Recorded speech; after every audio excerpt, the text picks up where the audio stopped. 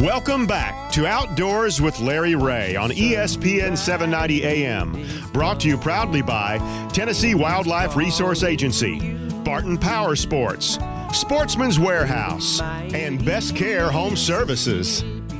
Hey, good Saturday morning. Welcome back to Outdoors with Larry Ray. I can't think of a better way to close out today's show with somebody that's on the water right now. Somebody on the water right now, somebody that we respect, somebody that we actually got to interview on Media Day when Ron and Deborah Hinks were down there.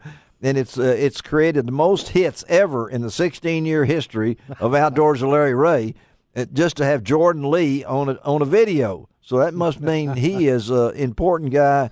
Here he is, the 2017 Bassmaster Classic winner, Jordan Lee. And Jordan, thank you for taking time to be with us on the water. I know this has got to be hectic for you. Is it what you expect? Have you been overwhelmed? Give us a synopsis of how it's been since you won about a month ago. Yeah, it's been really good. It's been an awesome experience so far, and I'm sure it will be for the next few months and all year, but it has been pretty busy. We had a late tournament just after. And, yeah. That was probably the most hectic time, a week after the tournament.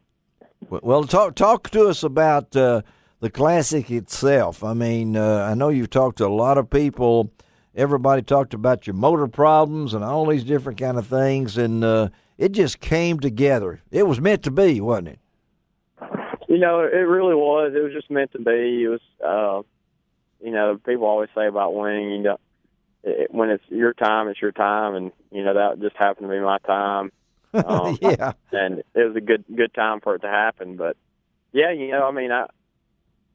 I had motor issues, and it really kept me from running around. And I was planning on fishing that place all day, but it forced me to, and I felt like that.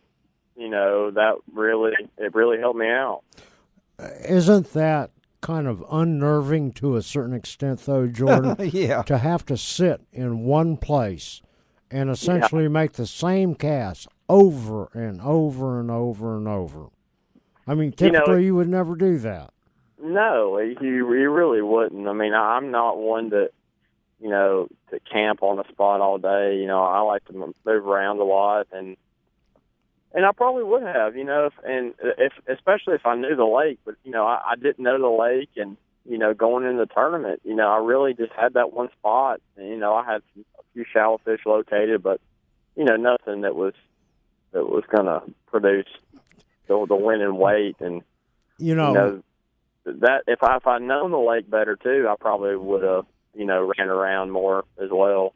Looking at a map of where you were fishing right there on that point, you had two little coves coming to make that point there, but I would assume that the fish that had spawned in those coves were moving back out to that particular point, which had a shallow spot on it, and feeding before they go out to the deeper water, it looked like. Yep, that's exactly what was going on. There was few coves, and it looks about like everything else on the lake. And that point in particular just had a little hard spot, and it was a place those fish were just grouped up, and it was that needle in the haystack. So, that's exactly and, I just happened to find it. Well, you couldn't pick 37th on the first day, 15 on the second day. A lot of people were counting you out. Everything was going against you. But I remember when you were on the show here before the tournament, and you were talking about this is your third one. You didn't know much about this lake or anything like that. You're going to try to get a little practice in, but to me, you never gave up, and that's a true sign of someone. After the first day, what were your thoughts at being 37th? Yeah, after the first day, you're not planning on winning the tournament. It's not something you look at and like, I'm going to win this one. But you just can't. You really can't give up. You don't know what, and that proved to myself too. For coming tournaments, you just don't know. What's ahead, and you just have to fish hard and fish every day different. And when it's not going your way, sometimes change it up, sometimes not. And I didn't really change anything up. That spot, That spot. it was just, I fished it 3 times the first day and then never caught one, and that just shows you, Wow. the conditions, the wind was really blowing hard and it was real cloudy and, Yeah. they didn't want to be up there. So, I mean, every day is different, and sometimes you can be on the right spot at the wrong time and, nothing happens. You were there at the right spot at the right time, and I got to ask you now, what has this meant for the Lee family? Well, I mean, it for Kristen and I, and it really, obviously financially, really helped out a lot, and for the next coming years and for a while, I think I'll be able to fish. But I mean, it's just opens up a lot of doors. That's what I think winning the Classic does, and it's exciting times. Well, it's it wasn't very long ago you were fishing for the University of Auburn, right? And That's right. Yeah, and I know all your Auburn friends are showing up out of the woodwork now. Everybody that you hadn't heard from in years, probably. Your fan base has increased, Jordan, right? That's right. I mean, that was some of the most fun times, though. At Auburn, and I still talk to a lot of my friends regularly, and hang out with them. So it's, but it really has. That's what the Classic. That's what the Classic does, and I mean, it's pretty incredible.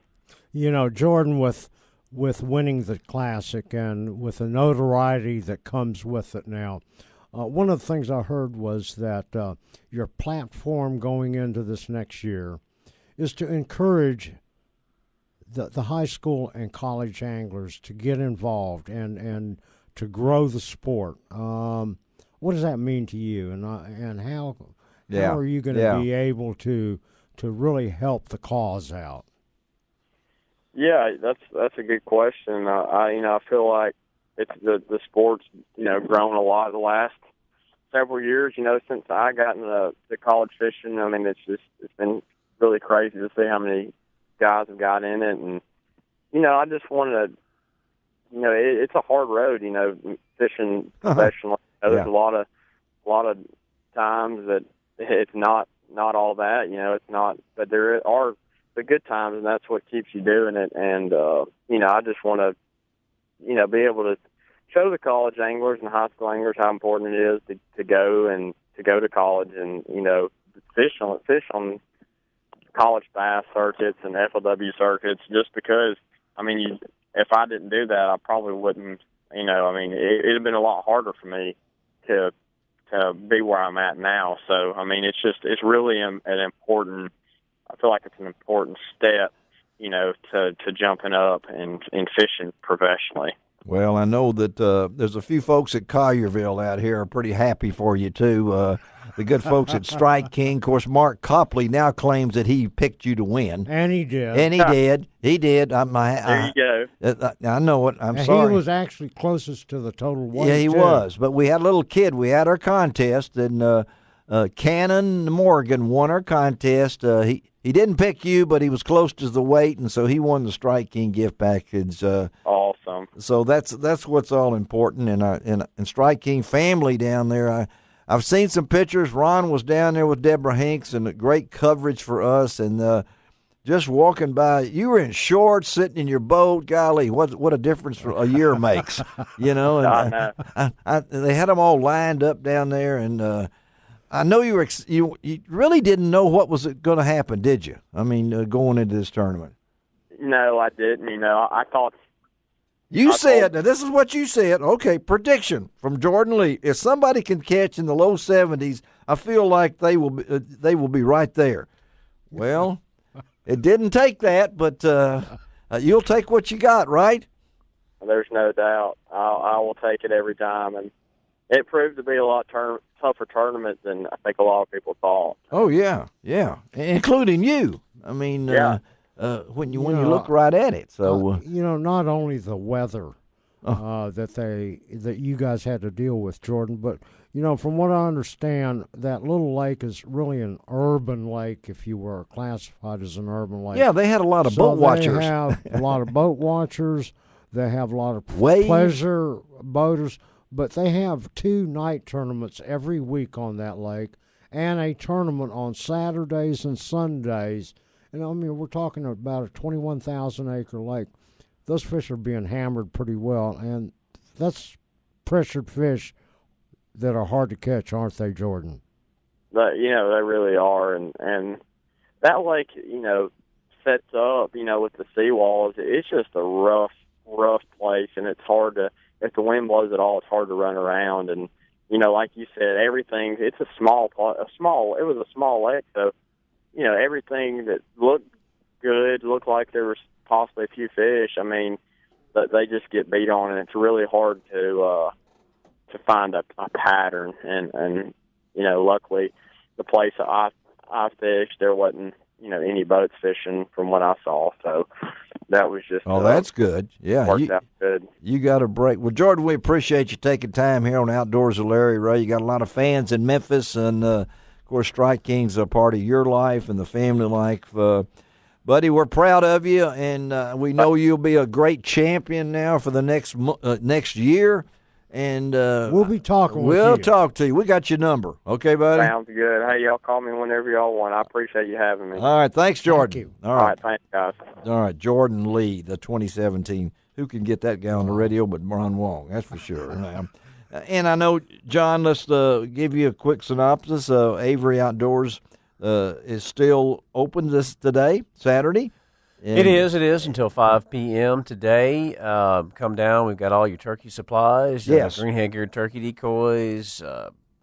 We've got clothing. We've got shotgun shells, shotguns, the whole deal. Whole deal. And then and John will be writing. I've already talked a couple of stories for the Mid-South Hunting and Fishing News. The April issue is out. Working on the May issue right now. If Ron Wong finally got his story in yesterday, so we can get it done. Speaking of Ron Wong, real quick. Speaking of Ron Wong, I didn't speak of him. Well, go ahead. There's something going on. Yeah, Sportsman's Warehouse on Marathon Way. Yes, South Avon. Sunday evening. Sunday evening. From 6:30 to 8:30. They are going to have a friends and family night. That's a great night. Friends, yeah. Absolutely. Yeah. 20% off regularly priced clothing and footwear. Just for those 2 hours. Yeah. And 10% off guns and ammo. That's unheard of, folks. Yeah, it sure is. And this Saturday, that's tomorrow night. Tomorrow night. Sunday night, 6:30 to 8:30 there at Sportsman's Warehouse. Go by and see him. David Humphreys is there. You might even run and Shane's back in town. Oh, really? Yeah, he is now the fishing department manager. Okay. He left. He said corporate wasn't for me. I want back in the store. All right. That's the best news I've heard right there. All right. Greg Ratliff, thank you, buddy. Number 33, whoever he is for the Blackhawks, I'm going to look him up. And thank you, John Gordon, for being here. You're welcome, Larry. Always a pleasure. Ron Wong. Always fun. Always fun. This is Larry Ray. Remind you to do each and every week that it doesn't cost an extra cent to be a good sport. And God bless the USA. You can find out